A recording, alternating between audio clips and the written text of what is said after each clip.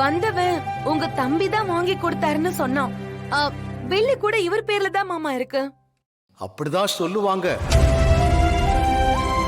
இந்த வீடு ஒத்துமையா சந்தோஷமா இருக்க கூடாதுன்னு யாராவது கண்ணுக்கு தெரியாம ஒரு சதி வேலை பண்ணிக்கிட்டு தான் இருப்பாங்க.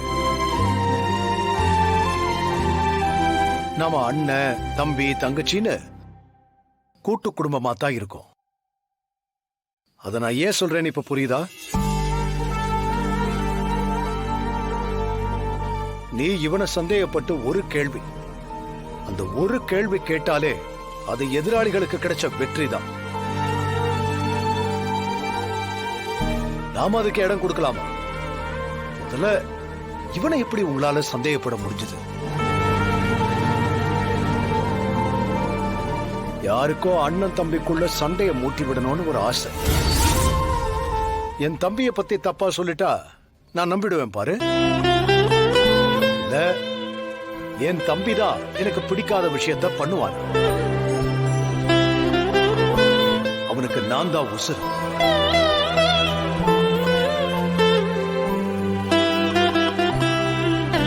எனக்கு என் தம்பி மேல அவ்வளவு நம்பிக்கை இருக்கு. அவன் என்ன மீறி எந்த தப்பு செய்ய மாட்டான். அந்த நம்பிக்கை எனக்கும் இருக்கு. இந்த நம்பிக்கையை உடைக்க யாராலையும் முடியாது.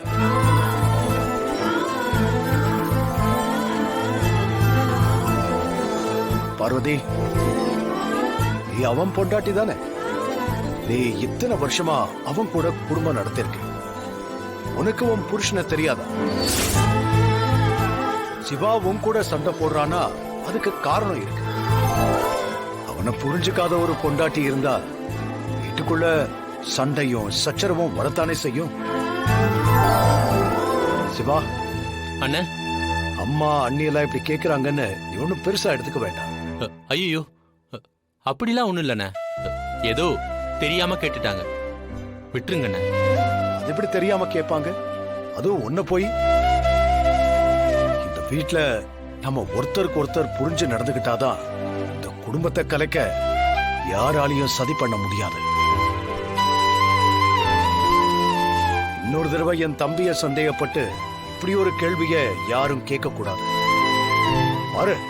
பாருங்க முகம் எப்படி வாடி போச்சு.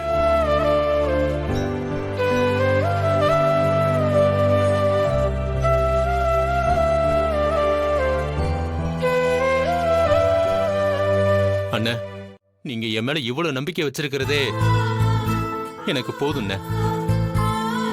இவங்க யாருமே என்ன புரிஞ்சுக்கலைனாலும் அது எனக்கு பெருசா தெரியலண்ண. டேய் அப்போ, வீட்ல மாலை போட்டிருக்காங்கல்ல, அதனால இதெல்லாம் சாப்பிடக்கூடாதுடா. சரி மாமா, இதை எடுத்துட்டு போய் நம்ம தெருமுனையில ஒரு வயசானவர் இருக்காரு, அவர்கிட்ட போய் கொடுத்துறேன். நல்ல புள்ள, கொடுத்துட்டு வா.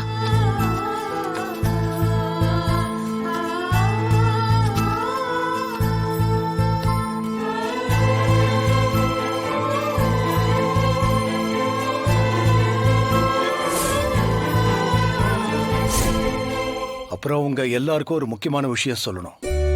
மாலை போட்டிருக்கிறதுனால நாளைக்கு நம்ம வீட்டுக்கு சில முருகன் அடியார்கள்லாம் வரப்போறாங்க.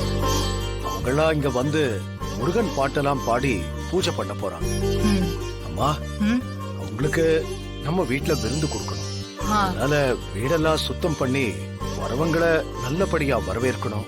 அவங்களுக்கு விருந்து கொடுத்து உபசரிக்கணும். அவங்கள நல்லபடியா அனுப்பி வைக்கணும். அதுக்கு ஏத்த மாதிரி எல்லாரும் தயாராகுங்க. சரிப்பா, வர்றவங்க மனசு நிறையிற மாதிரி எல்லாம் நல்லபடியா பண்ணிடலாம்ப்பா. சரிம்மா.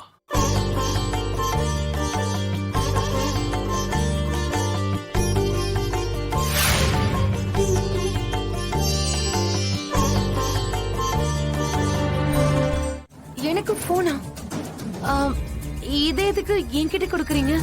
பேசுறதுக்கு தான் கொடுப்பாங்க. ஐயோ, இது எப்படி நான் வீட்டுல வச்சுக்க முடியும்? வேலைக்கு போறதால இந்த மாயா, சீனு, தனா, கதிர் இவங்கெல்லாம் போன் வச்சிருக்காங்க. மத்தவங்க யாரும் வீட்டுல போன் வச்சுக்க மாட்டோம். பெரிய மாமா கூட செல்போன் வச்சுக்காம தான் இருக்காரு. எனக்கெல்லாம் இது வேண்டாம். யாராவது பார்த்தா அப்புறம் பெரிய பிரச்சனை ஆயிடும். இத வச்சுக்கணும்னு சொன்னா எல்லாருக்கும் தெரியற மாதிரி வச்சுக்கணும்னு இல்ல. தனியா ஒரு இடத்துல மறைச்சு வச்சுக்கோ. இங்க பாரு, இத இப்படி பண்ணா சத்தமே வராது. இல்ல இல்ல, எனக்கு போனை பத்திலாம் நல்லாவே தெரியும். எங்க வீட்லயும் நான் யூஸ் பண்ணிருக்கேன். இதுக்கு முன்னாடி சாரு போனை நான் தான் யூஸ் பண்ணிட்டு இருந்தேன். இப்ப எனக்கு அது பிரச்சனை இல்ல. எனக்கு வீடு நினைச்சதான் பயமா இருக்கு. அதனால இந்த மாதிரி போன் எல்லாம் என்னால யூஸ் பண்ண முடியாது. நீங்க எதுவா இருந்தாலும் வீட்டு போனுக்கே பண்ணுங்களேன். உங்க வீட்டு போன் ஹால்ல இருக்கும். ஏதாவது அவசரம்னா உன்னால பேச முடியாதுல்ல, அதனாலதான் உனக்காக நான் இத வாங்கிட்டு வந்திருக்கேன். இத வாங்கி. இல்ல அது இங்க பாரு, வீட்டோட கொத்து சாவி உன்கிட்ட இருக்கிறதுனால வீட்டோட மொத்த அதிகாரமோ உன்கிட்ட இருக்கிறது அர்த்தம் கிடையாது. இன்னைக்கும் உன்னை இந்த வீட்ல ஒரு வேலைக்காரியா தான் நடத்துறாங்க. உன் புருஷன் தான் அண்ணனுக்கு அடிமையா இருக்கான்.